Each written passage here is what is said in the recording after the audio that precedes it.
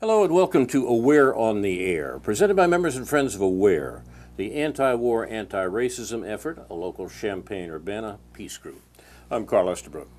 We're recording this at midday on Tuesday, October 2nd, in the studios of Urbana Public Television. Our subject is the wars the U.S. government is waging around the world, and the racism we display to those we're killing, in accord with the Latin proverb, proprium humanae ingenie est, odisse cum laesuris. It's human nature to hate those you have injured.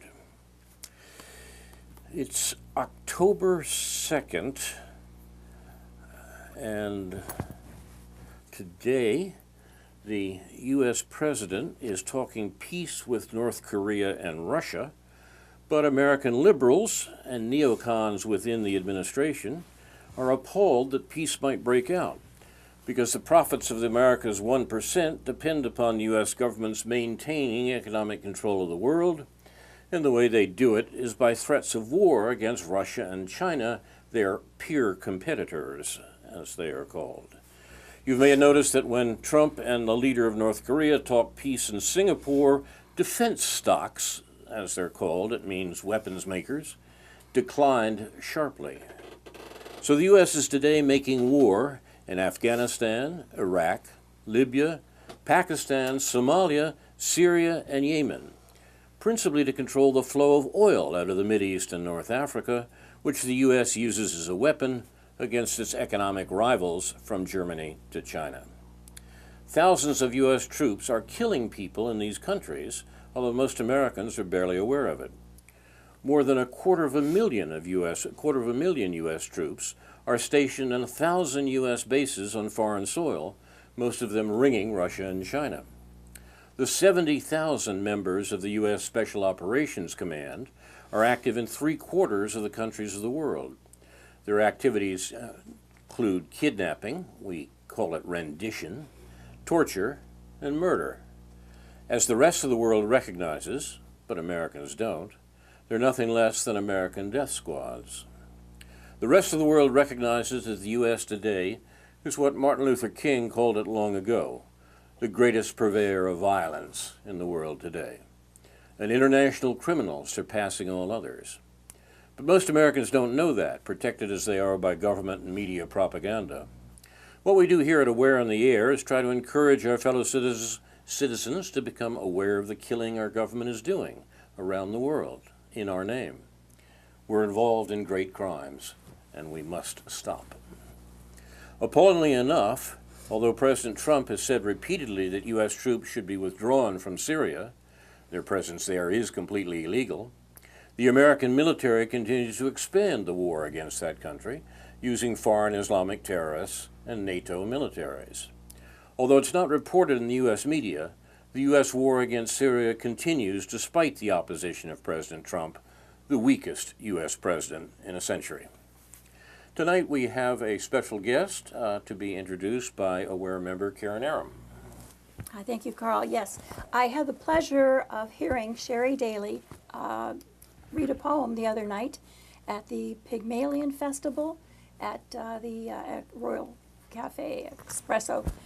And I was impressed enough that I requested she come and read it to our audience on Aware. So Sheri Daley, please. Thank you, Karen. This poem was in part inspired by Emma Lazarus, a 19th century Jewish writer whose poem, The New Colossus, was cast in bronze onto the pedestal of the Statue of Liberty. Everybody is familiar with that remarkable poem.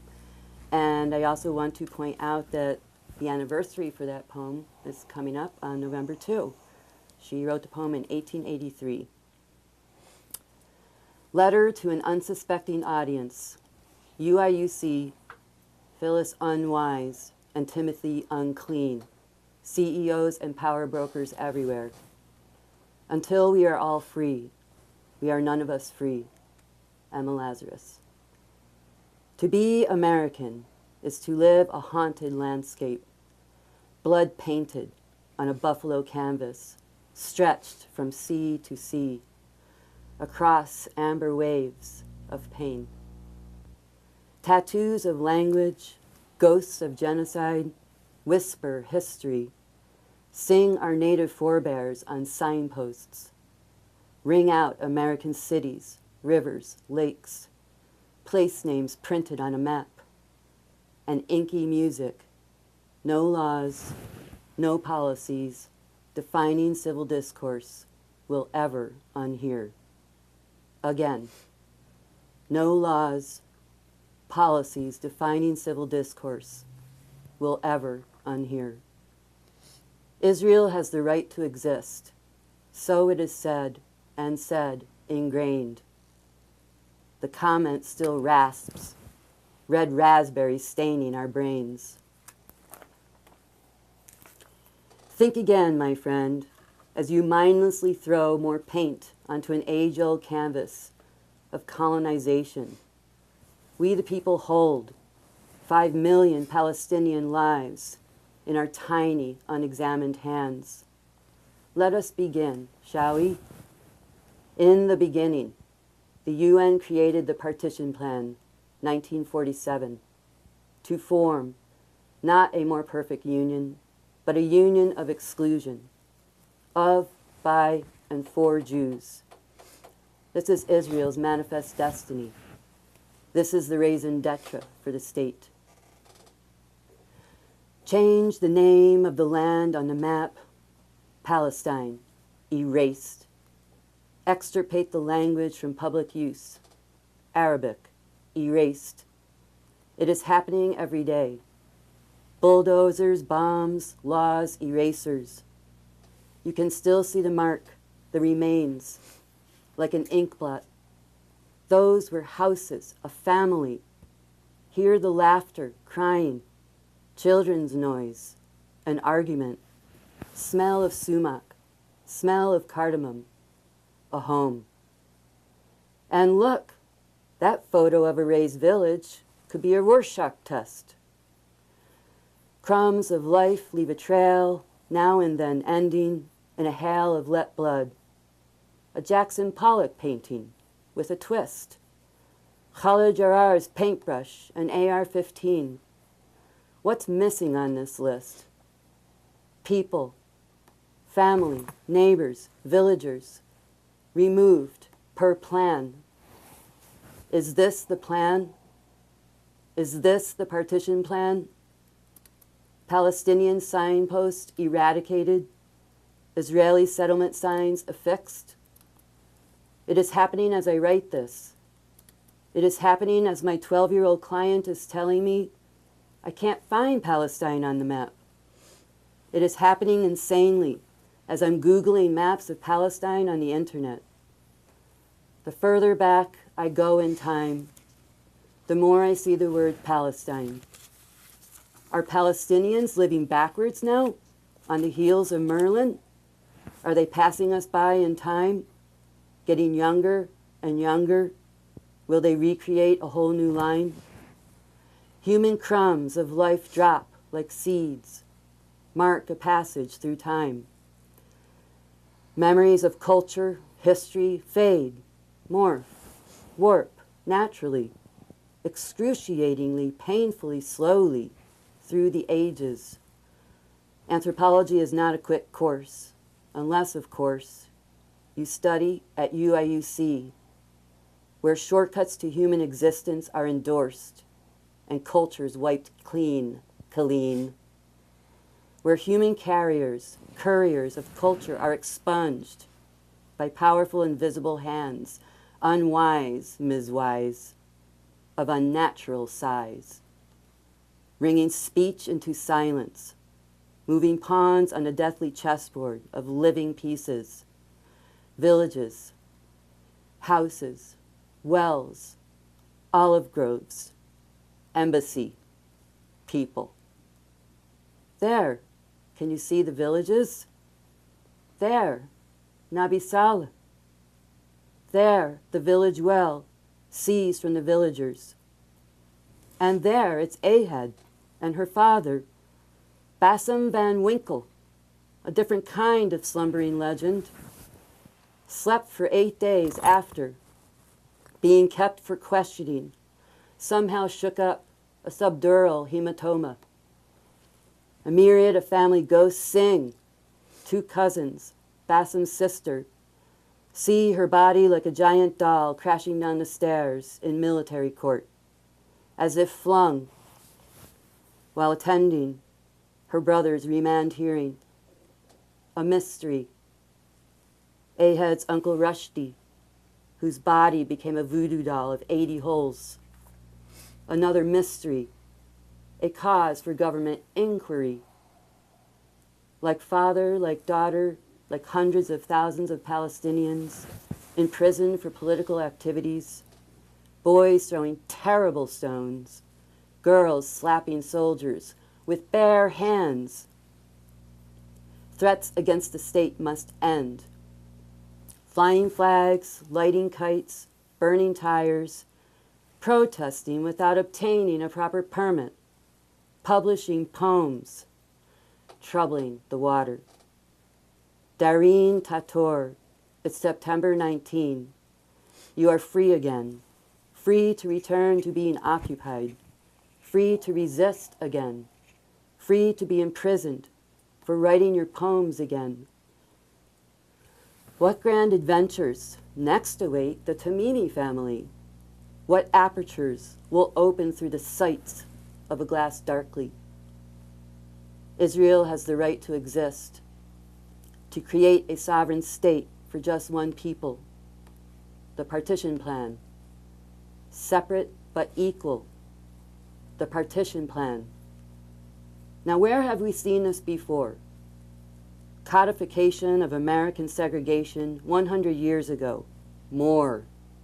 Plessy v. Ferguson, 1896, overturned in 1954. Israel has the right to exist, to create laws to protect just one people.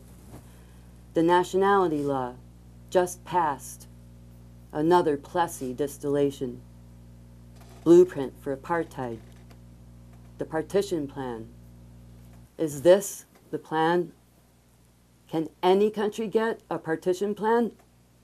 A dispensation to build apartheid? A dispensation for genocide? Just so you know, the Supreme Court ruled that separate but equal is inherently unequal, unconstitutional. What if Brown v. Board of Education had preceded the partition plan, just 6 years before? Israel has the right to exist, to remove an indigenous people with thousands of years of heritage, to seize resources, wells, olive trees, land just for Jews? Let me ask again, why does Israel have this right? Think carefully now, take your time. Allow the U.S. Supreme Court to weigh in when it actually gets one right. Allow the values of equality and justice to sting. Israel has the right to exist.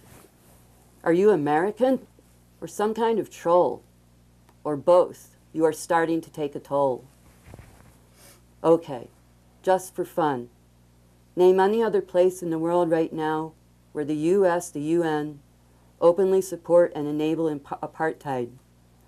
Any other partition plans? The center will not hold. This is your demise. Heart of darkness, heart of evil, heart of gold. South Africa foretold. 7 decades of slaughter is your evidence. The partition plan. The apartheid has been planned. The genocide will not be televised. Too many reporters shot, lost their lives. Heart of darkness, heart of evil. Do you need more proof in the error of your thinking? Your empty grandiosity? Your misplaced sympathy? Do you need more proof in the terror of not thinking? The partition plan. Partition. Apart. Separation. Segregation. Divide. Purify.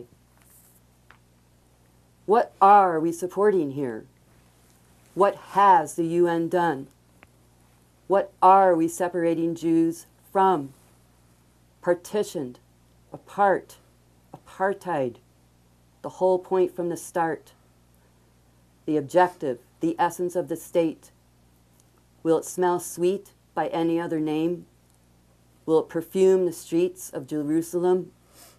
Will it diffuse, disseminate, travel round the global kingdoms? Apartheid. The map will show. Erasure, deletion, amputation, ammo. In the beginning was the word, Al-Nakba, 1948, the disaster, the catastrophe. 700,000 indigenous Palestinians coerced, forcibly removed from their homes, hundreds of villages destroyed to make room for Jews shipped in from foreign lands. Get it yet? Read all about it. The UN has just declared that the Rohingya will be shipped to central Illinois as their new home. Champaign-Urbana has been designated as their capital. The Mahomet Aquifer is seized, taken from our control. We are deported. We are exiled.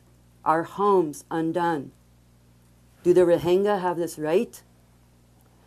Does the UN have the right to create this fate? The Middle East may never have been a paradise of peace. Overrun throughout the ages, empire after empire after empire, but it sure ain't now. The latest empire of imperial injustice stands silent by. We are the emperors of silence. We are the emperor's new clothes. Israel has the right to exist, an apartheid ruling with a stony pit at its heart. Every organ of government metastasizing, exclusion, supremacism, discrimination. What strange fruit will olive trees on bloody land produce? What abomination of butterflies flutter among butterfly bullets, pollinating ethnic cleansing, cultural genocide, historical expungement? Will they shudder at the shredded bones and organs of Palestinians? Will they ponder history's barbaric irony that Jews of all peoples, elect to perpetrate this ignominy? This is not poetic irony. This is not justified by any Jewish history. This perpetuation is an affront to Jewish suffering, to ignore the freedom cries of those overrun. This is the legacy of indigenous peoples. This is the legacy of legally-minded claptrap about borders, property ownership, commodification of land, water, air. This is the legacy that remains unlearned, unheeded, trod on. Can residents of mortality rightly claim to own anything? We live for a minute. Laugh, cry, dump, sleep. All life is rented. Bed, car, brain. Then bleep. We are gone, no more to be seen. Legal claims, all arbitrary. Israel was created for Jews on ill-gotten land, legitimized by the UN, got by might, not right. They no more have a claim to Palestine than we, the people, have a claim to these United States. Tattoos of language sing our native forebears on signposts, ring out hundreds of thousands of cities, lakes, rivers, place names printed on a map. Listen to the music of American history, weeping tongues, war cries, American ghosts whispering.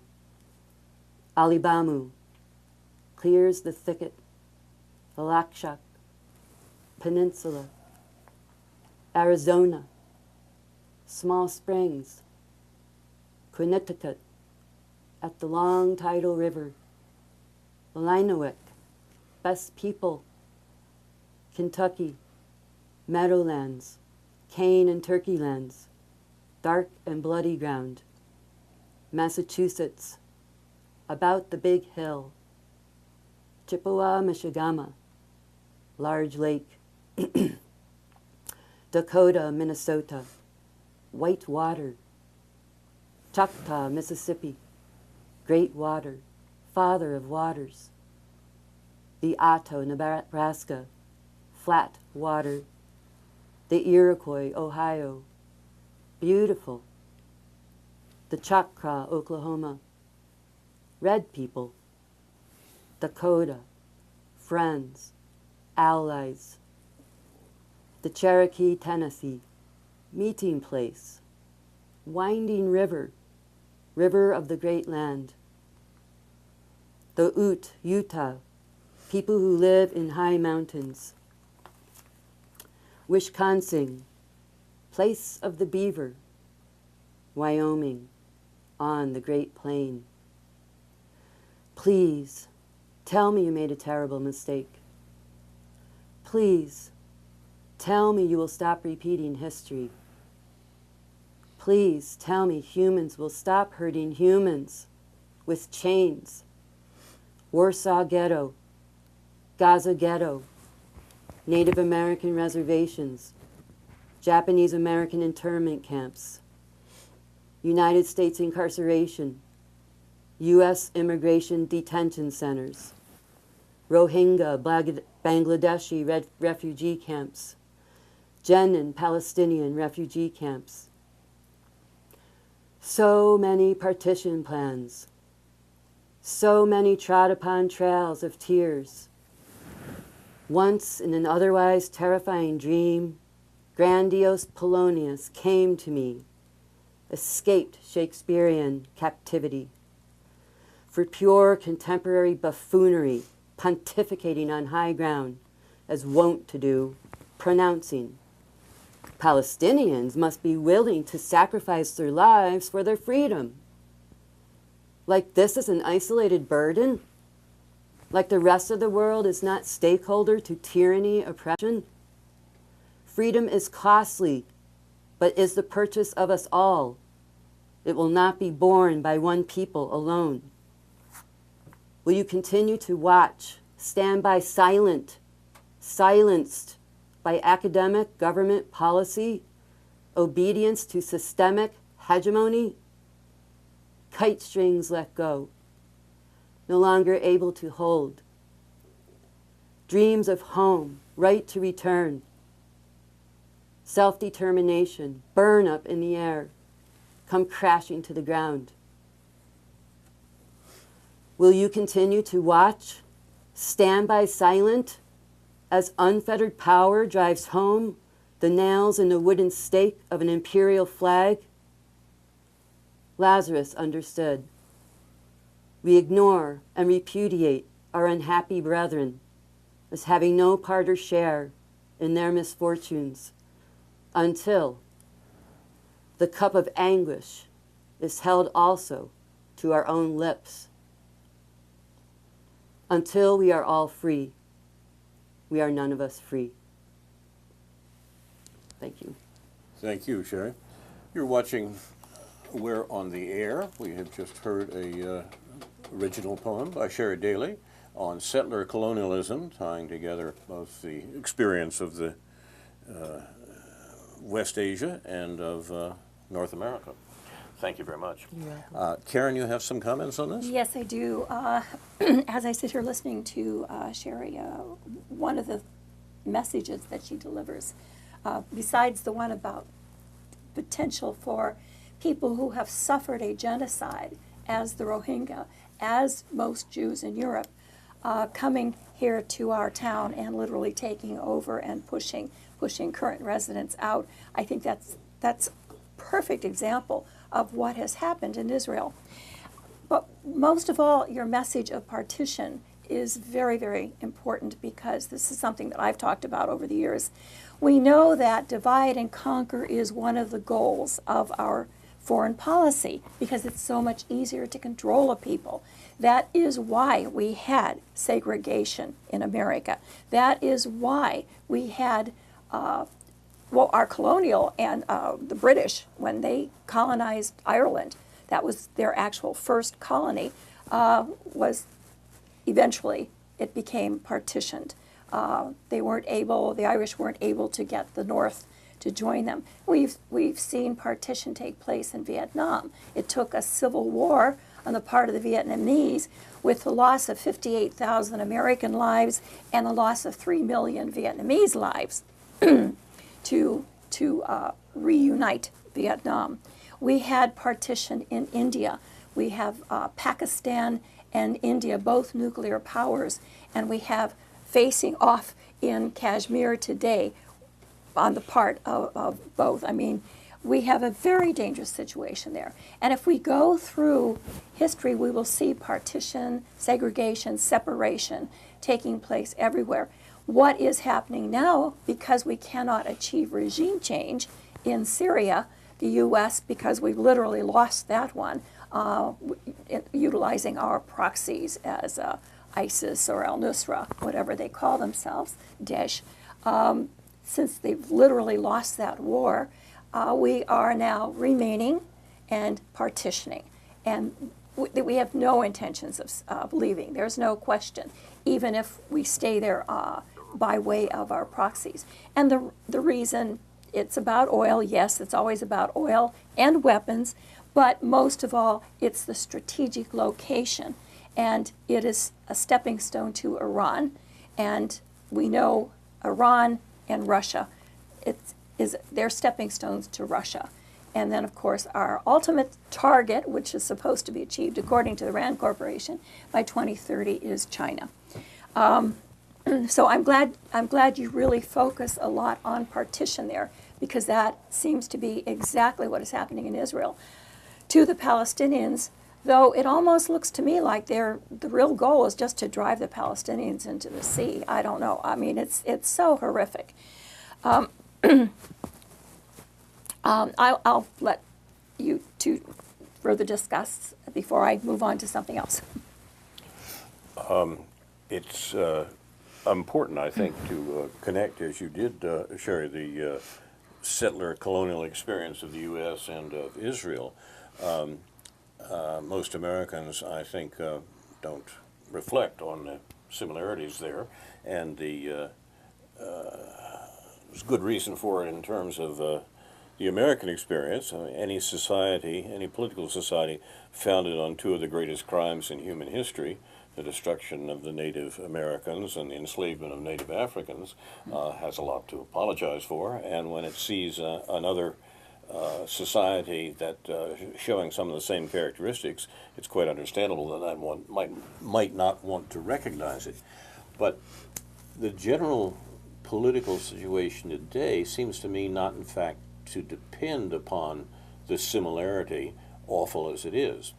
That is to say that the situation of apartheid in Palestine, the Israeli settler colonialism in Palestine, could not continue to exist as it didn't continue to exist in South Africa unless the U.S. supported it. Of course. But the reason the U.S. supports it is not the similarity. We don't support Israel, the U.S. government doesn't support Israel because it is another settler colonial state, but rather because it serves the purposes of U.S. foreign policy in the Middle East and indeed around the world. Yes. So, I also would just like to add that it was about 2 years ago that someone kind of changed, or let's say they undid my indoctrination on this issue.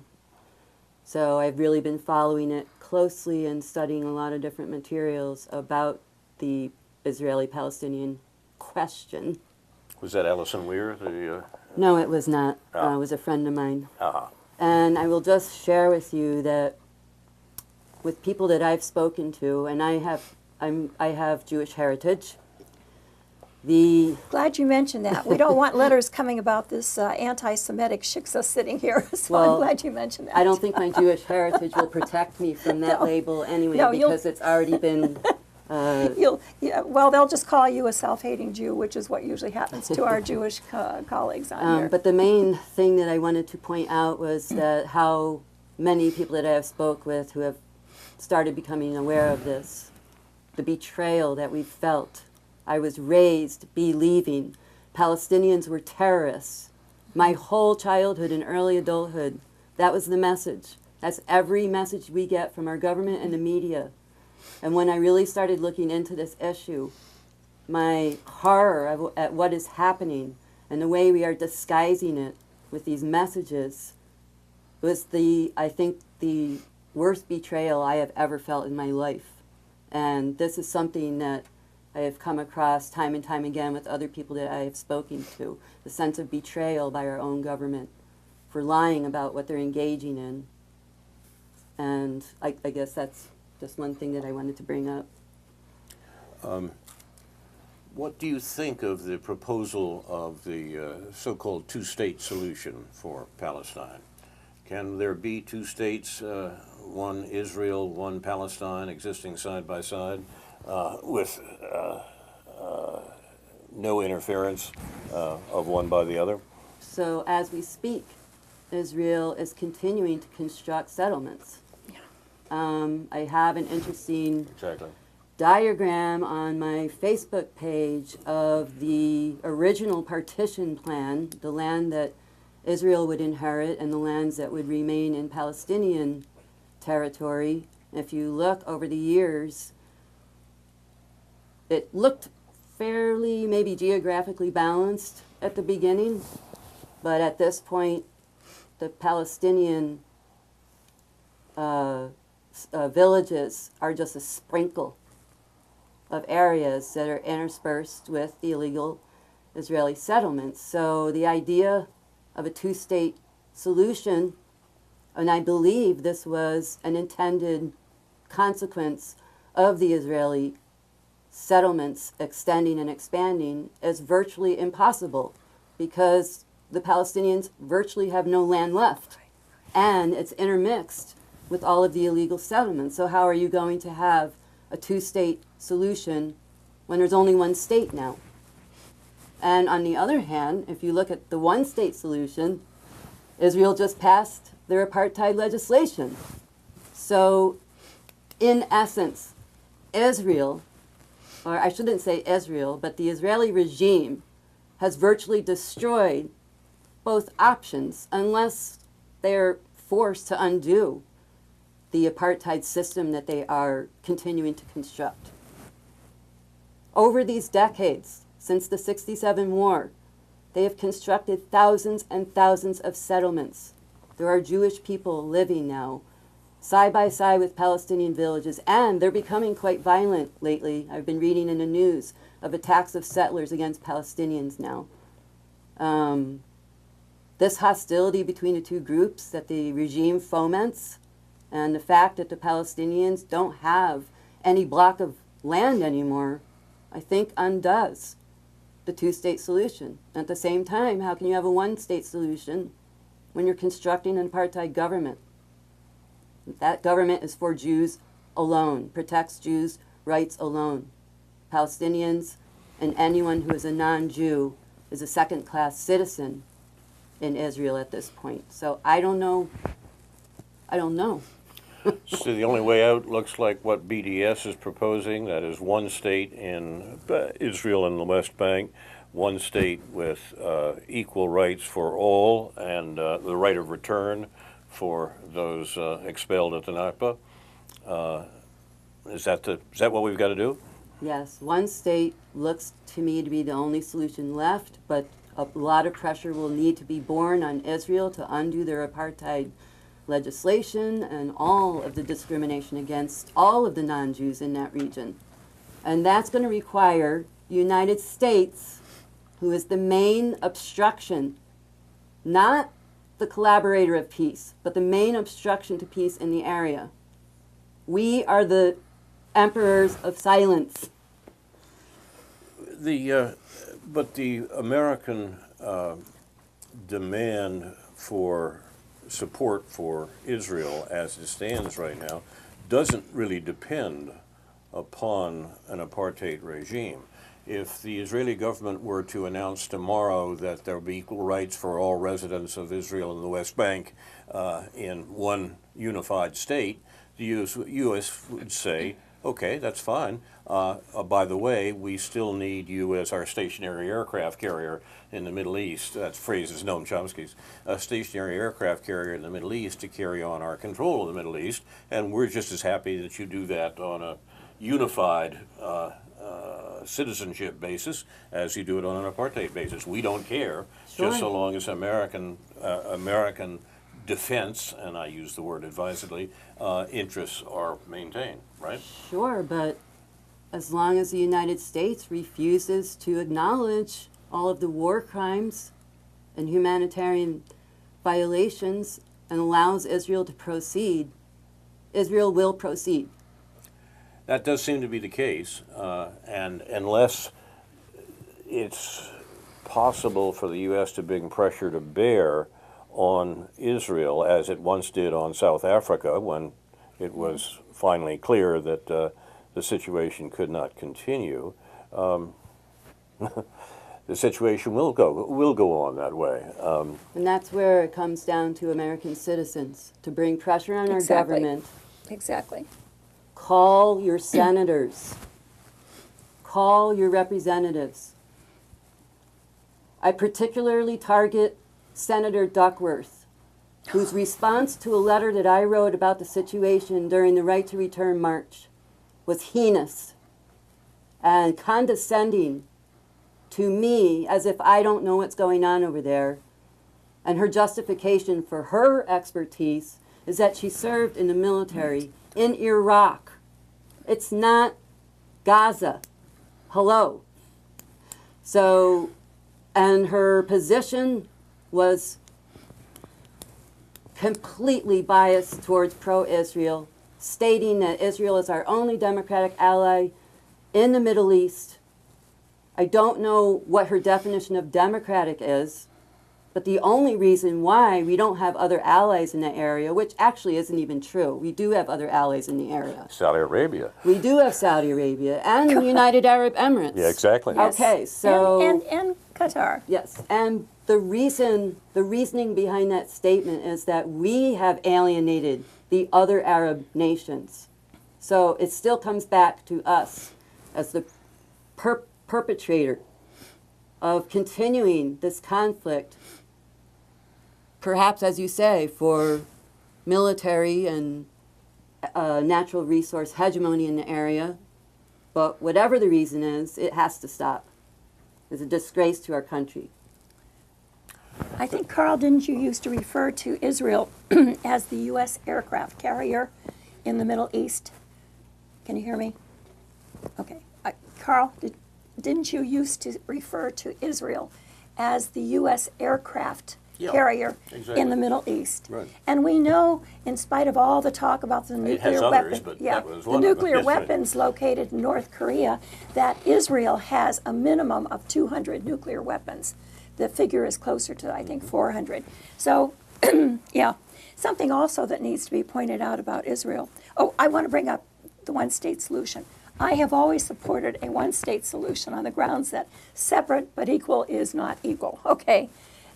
With limited understanding of the situation.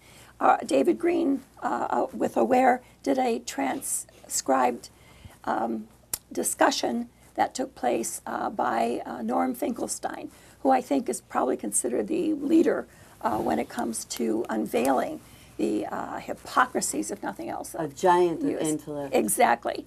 And he explained BDS being not the solution, but a tool, one of the tools towards a solution. But he also pointed out, and I cannot capture anything that he said, but he did explain why a one-state solution was almost impossible, and that is why so many support the two-state solution. So at the time, listening to what he had to say, I realized that, okay, I'm probably wrong. But now listening to you, Sheri, and Carl, I'm concerned because it doesn't sound like there's any solution unless, as you say, the American people stand up to our government.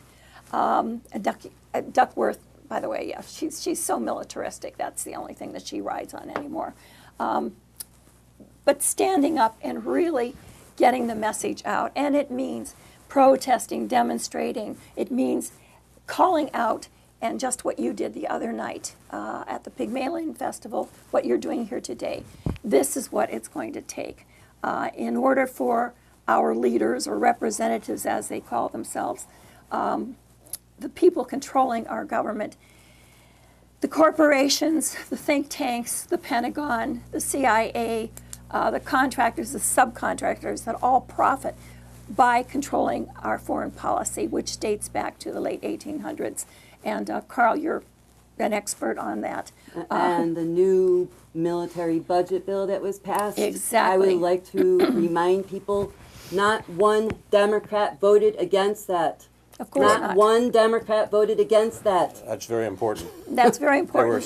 There were seven votes against it, all Republicans. Yes. Yeah. And And a couple independents. I think. well, yeah, Yes. Well, yeah, that's, Republican-looking independents, exactly. yeah. No, that is very important, and we've been arguing on this program about the question of giving Republicans control of Congress in the fall elections, and it seems to me that that's one of the most revelatory aspects of the Democrats' support for the war and war provocations of the last administration. They should not be given control of Congress, it seems to me, and one of the reasons is that they are the principal organizational support for the war party at the moment, which is not limited to them, but it does include them. There were plenty of Republicans who voted for that military budget too, but it is indicative of the situation that the only negative votes came from non-Democrats. You're watching. Go ahead. I was going to ask if I could change the subject. I was just about to do an identification and prepare for that. Okay. You're watching We're on the Air, and we're discussing the situation of settler colonial states. Go ahead, Karen. Well, I was going to say, today's my daughter Kristen's birthday, okay? So, in honor of her, she's headed off to trekking in Nepal, but she was in Africa back last, over Christmas, and doing conservation work, which she loved. She also said, and this is a young woman who has traveled all over Asia, New Zealand, Australia, Papua New Guinea, Jamaica, the Bahamas, Colombia, Mexico, Alaska, all over the U.S. The only place she's never been is Europe. She won't go to Europe.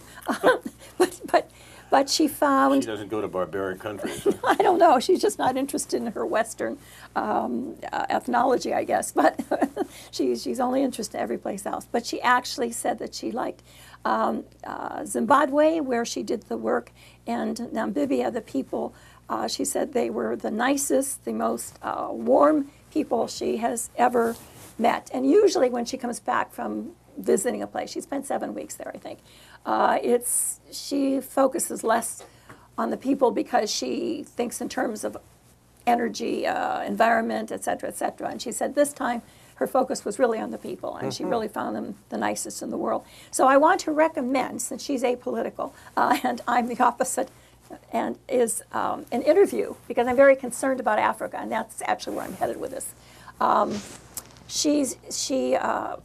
I want to recommend to people an interview that Chris Hedges did with the current president of Namibia. His name is, I think, I'm not probably pronouncing it, but it's Hage Geingob. And that's the best I can do, I'm sorry. But it was maybe about a couple months ago. And he is a former freedom fighter. I mean, they had to fight for that right. And the reason, because it explains a lot of what is taking place today in Africa. And I'm seeing a lot of information now coming across about how Africans are being taken over by China, and how the African people don't like the Chinese being there. And of course, and I just have to make the point that the Chinese are there building and developing. They are not colonizing. They and we the U.S. we have 53 of the nations of Africa now has a presence, a military U.S. military base, AFRICOM, in 53 out of the 54 nations of Africa. And we're there with weapons as usual. Which country is it that's not? Eritrea. Eritrea. And the reason I mentioned Eritrea is because it's right across the bay, forget, at the tip of Yemen. And Eritrea is a socialist nation, which is why they've managed. Now, Carl, we used to talk about, when I would be on the program, I think it's like 2 years ago, that there were two nations who had not gone the way of U.S. military, AFRICOM, and that was Zimbabwe and Eritrea. Somewhere along the way, I've looked for information, Zimbabwe must now have a U.S. military presence. That's right. I don't know when it happened, but it obviously happened because now Nick Turse, who is we consider him kind of the expert on AFRICOM, on war, on everything that's taking place in Africa now. He's now with the Intercept. He has pointed out that, yes, there are 53 U.S. military bases there now. And I was reading a poem this morning that someone put on Facebook. He's of African ancestry, now a British national. And I won't read it now unless we have more time. But bottom line, he was trying to explain to the African people in anger. He was angry. He said some of his African brothers want to tell us to worry about China. And he said, did China kill Patrice Lumumba? I asked them. He said, did China kill? And then he mentions a lot of names of leaders of nations that I can't pronounce properly. Sylvanus Olympio, Modibo Keita, Amilcar Cabral, Franz Fanon, Samora Machel, Chris Honey. Again, I'm sorry, I don't know these people. But he said, et cetera, et cetera, et cetera. He said, did China overthrow every progressive government in Africa? Did China devise the structural adjustment programs? Did China enslave and colonize your ancestors? Are you speaking Chinese? Do you have Chinese names? Are you praying to Chinese gods? May our ancestors purge all the swines. And then he goes on to say, no woman or nation, and this is the important part. I've lost it. Let me get back to it. Sorry. I say this because I find myself constantly defending China, because I know that China is the ultimate target of U.S. aggression. And that's an important point. That is, I mean, let's face it, if it really comes down to that, that spells the end of humanity if climate change and global warming doesn't get us first. Okay, here's what his name is, Cafe de Loma. He says, no man, woman, or nation is an island. We live in a competitive world. Chinese have been trading with Africans before the Europeans, but they never enslaved us. Chinese invented the gunpowder, but they didn't use it on our ancestors. We remain vigilant on China, yes. But China is not the enemy of Africa and is not interested in colonial slavery. All Africans except the traders, the bourgeoisie, and the idiots know this fact. He said the main responsibility is on us to remove all corrupt, backwards African governments, not to blame China for trading using World Trade Organization rules. China only holds 2% of African debt. The rest, 98%, is held by Western imperial institutions like the IMF and the World Bank, whose only objective is to maintain Africa poor and independent. And I apologize for my raspy voice. A typical Western institutional loan and project execution may take 10 to 15 years. But Chinese loans to projects, the execution is within 5 years. Africa needs China, and China needs us. It's a matter for us to clean up African politics for the benefit of the poor masses. And then he wishes everyone peace and love. And this is a point that Vukoni Lupa Lusaka, when he spoke on at our teach-in, Carl, last year, that we had our anti-war teach-in, the impact of AFRICOM on all of the nations, and he's an expert on it, and I will have to communicate with Vukoni, who has been on our program, by the way, in the past, to get more data. But as to what happened and when Zimbabwe ended up going that way, and we know that they've had regime change in their nation, so I don't know what's going to happen. But I just want, given everything that is taking place, the atrocities and the horrors that are taking place, whether it's in Palestine, whether it's in Syria, wherever it is, and it is everywhere, we really have to focus on the African nations. It's already started, we know that. Cameroon, there was recent information talking about what took place about a year or two ago in Cameroon by the Cameroon military, who had been trained by the U.S., and the fact that the U.S. was there and supported the actions of atrocities that they committed against their people. So I will This is rest there. important to put this entire discussion in the context of the U.S. Overriding concern to interfere with the Belt and Road Initiative, as China calls it. Their attempts to establish economic connections and transportation routes and so forth across Eurasia and in Europe and Africa as well. American foreign policy, which, as you mentioned, back to the open door policy in 1899, has been an attempt to make sure that no single power or no group of powers are able to exclude the U.S. From the plunder of East Asia. And any threat of any organization to do that, of any country to do that, attracts the attention immediately of the U.S. military.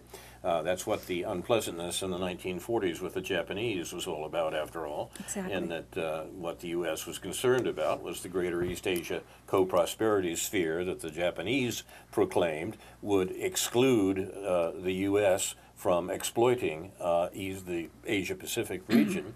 And we wouldn't stand for that. We were willing to kill a lot of people, including finally with atomic weapons, in order to make sure that didn't happen. In a certain sense, the Chinese BRI, Belt and Road Initiative, is a replay of the Japanese Greater East Asia co-prosperity sphere, and it certainly is looked on that way by the U.S. government. Doesn't matter whether we're talking about Republican or Democratic administrations here. We're talking about the permanent government. The U.S. government looks upon it that way and is doing all it can to mess it up.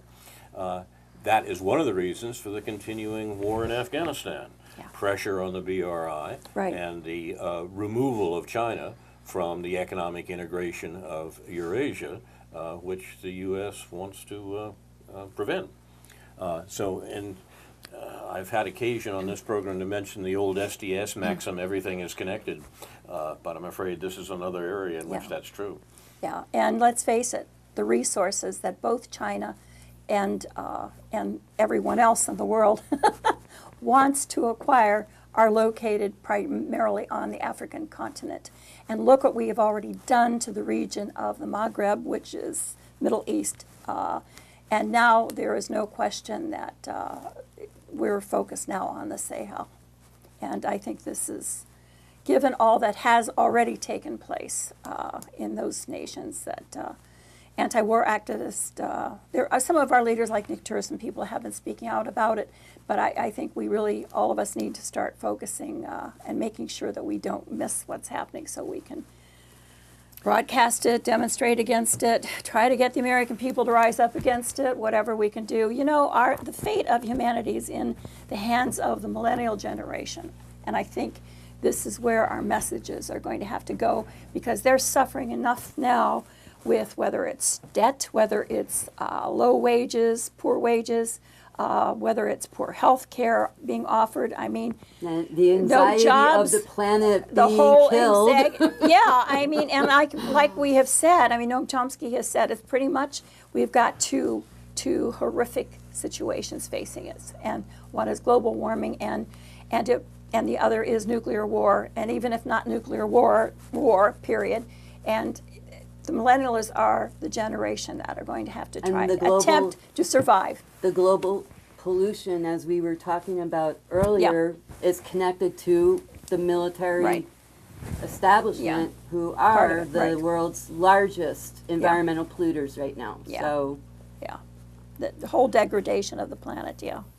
You've been watching Aware on the Air, presented by members and friends of Aware, the anti-war, anti-racism effort of Champaign-Urbana, a local peace group, recorded in the studios of Urbana Public Television on October 2nd in the 40th week of 2018, another week in which the world can see that the most extensive global terrorism is U.S. worldwide war-making, for which its principal criminal associates these days are the Kingdom of Saudi Arabia and Israel, which has recently passed a racist nation-state law that declares self-determination for the Jewish people and encourages segregated communities, but omits any mention of equality and minority group rights. The Israeli government has murdered protesters at the fence with Gaza, the world's largest open-air prison camp. U.S. supports that, primarily because the U.S. Israel is America's stationary aircraft carrier, as we were saying, for the U.S. control of Middle East energy and gas and oil, a weapon against U.S. economic rivals from Germany to China. Our show is produced and directed by Jason Liggett and Crofton Coleman, thanks to whom also this program and others like it will be available on YouTube and archive.org. There's an Open Aware meeting this coming Sunday, 5 to 6 p.m. at Hammerhead Coffee, University Avenue and Wright Street on the northwest edge of campus. If you're interested in working on some anti-war issues, come join us and talk about the possibilities in Champaign-Urbana. Aware will hold its regular monthly anti-war demonstration this coming Saturday, October 6th, in downtown Champaign at Main and Neal Streets from 2 to 4 p.m. You're invited to join us in this demonstration against the U.S. ongoing wars. We'll have signs and flyers to distribute. Aware will also have a table at the Lincoln Square Farmers Market on the 2nd and 4th Saturdays of the month. Come by and talk about what can't be talked about on the evening news, America's war-making around the world. Finally, Aware honors those who reveal the crimes of the U.S. government, which the rest of the world knows about, but Americans don't. Assange, Manning, Snowden, and others were truth-tellers persecuted by the U.S. government, including particularly our liberal Democrat Senator Durbin, a shill for the Russiagate propaganda and attacks on WikiLeaks. He's another good reason to vote Republican in November. This is Carl Estabrook. This is where we diverge. Is this the optimistic note we're leaving off on? You've got to be kidding. But at any rate, I'm yes. not kidding at all. All I'm right. not serious about this. The Democrats are the war party right now, and they are they should not be given control of Congress. I'm just not going to vote. I can't vote for Rodney Davis either. I'm sorry. It's just, he's so awful. I've spent enough time out in front of his office. This is Carl Estabrook for the members and friends of Aware, the anti-war, anti-racism effort of Champaign-Urbana, thanking Sheri Daley for her poem today, and saying in the words of the late broadcaster Edward R. Murrow, good night and good luck.